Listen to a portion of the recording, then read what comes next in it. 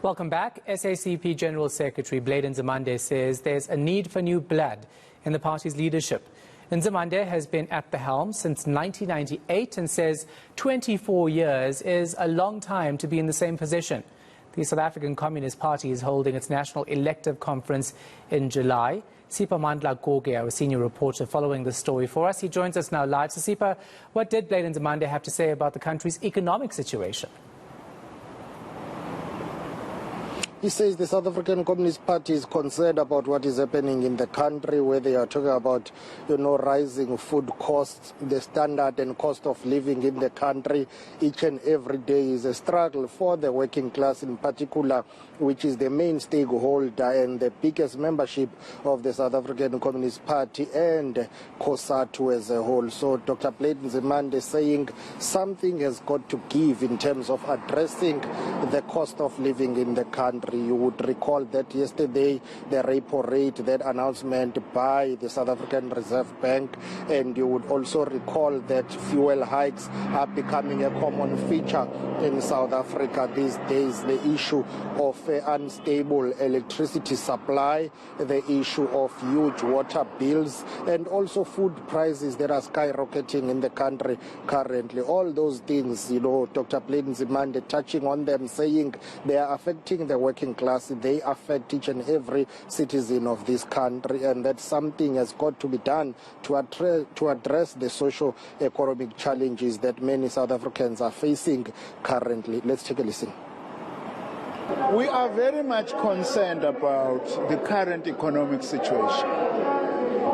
The rising cost of living, the prices, as you say. That is why our main message we're saying here, the real critical task facing workers is to build a very strong and militant working class movement, which is actually going to take up these things that we are talking about. The issues of job creation, the issue of confronting monopolies, the issue of prices, the issue to unite the workers in the widest possible way, even across federations, the trade unions, for instance, so that we are actually able to fight these things.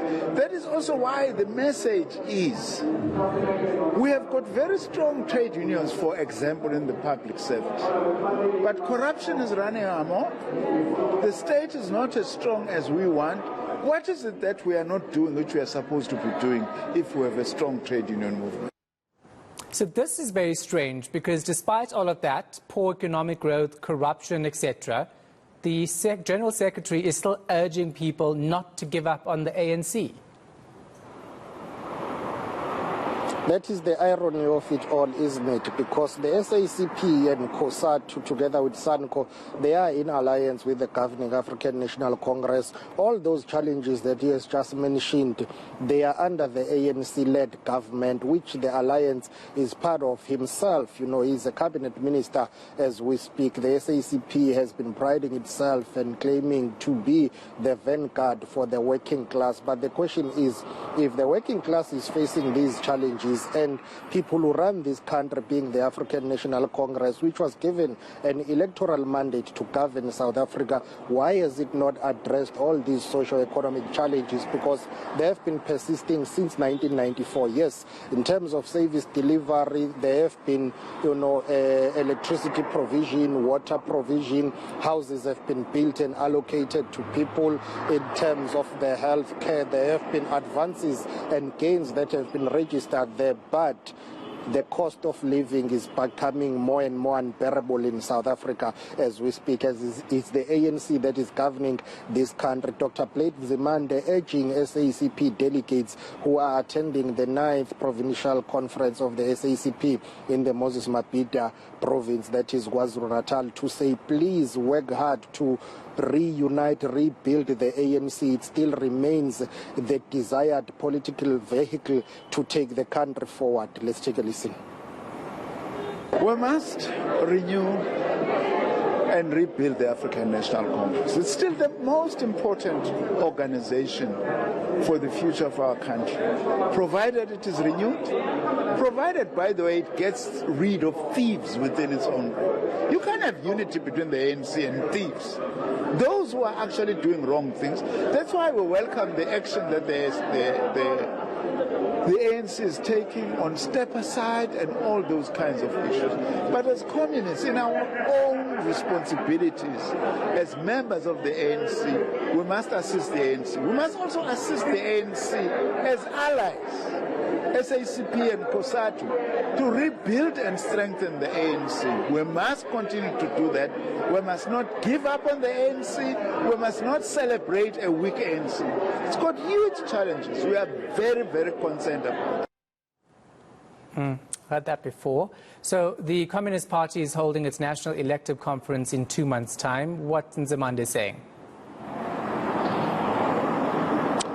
Well, there are talks about him not coming back as the General Secretary of the party. He also concedes that he's been occupying this position for a very long period of time, 24 years at the helm. He says it's time for new hands, it's time for new leadership of the South African Communist Party. But of course, the way the SACP does things, don't be surprised if he comes back in another leadership role, which he will be assigned, because those who are lobbying for him to remain are saying, yes, he can vacate as the General Secretary, make way for somebody else, but remain within the top leadership structures of the party. But he says now is the time to make way for somebody else, because he's been at the helm since 1998. But he says it's not up to him. Of course, all politicians will say that. Let's take a listen. All what I can say is that 24 years is a long time.